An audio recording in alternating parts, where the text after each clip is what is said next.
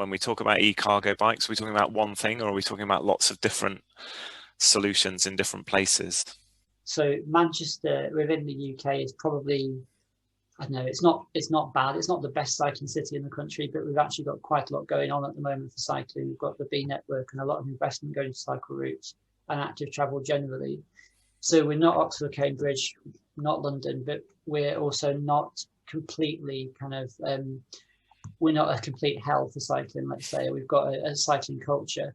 So, and in terms of Europe, we're nowhere near, as a country, we're nowhere near the Netherlands or Denmark. So where we were trying to see if cargo bikes would work really matters. And so some of those barriers that businesses were talking about, like needing like good cycle lanes and wide cycle lanes, we have some of them, but we don't have loads of them.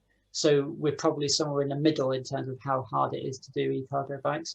But also the example that Luke mentioned, the children bike deliveries, that relied on having that kind of nascent kind of cycling culture. Well, already, a cycling culture there, and a group of people who had the kind of initiative to think, it's a pandemic, people are having difficulty getting their shopping, shops are having difficulty delivering stuff. Let's set up a cargo bike business or cargo bike service. That wouldn't happen anywhere.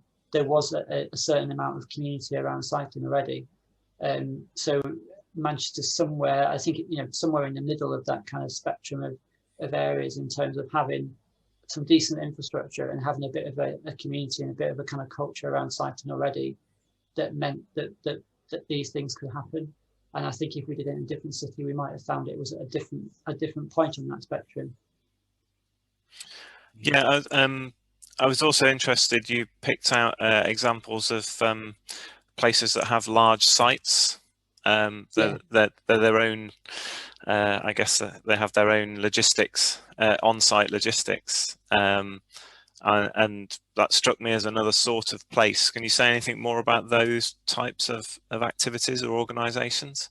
That's right. Yeah. So that partly, you're right. I mean, that partly depends on where it is. But yeah, things like hospitals or large universities or large kind of industrial sites are their own place, aren't they? And have their own, rules and probably, very, very inexpensive cycle infrastructure.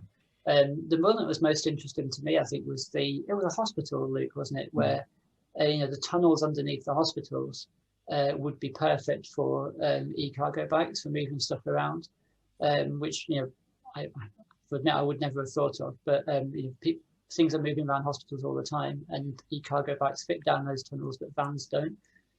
So it's there's an opportunity that we wouldn't have thought of.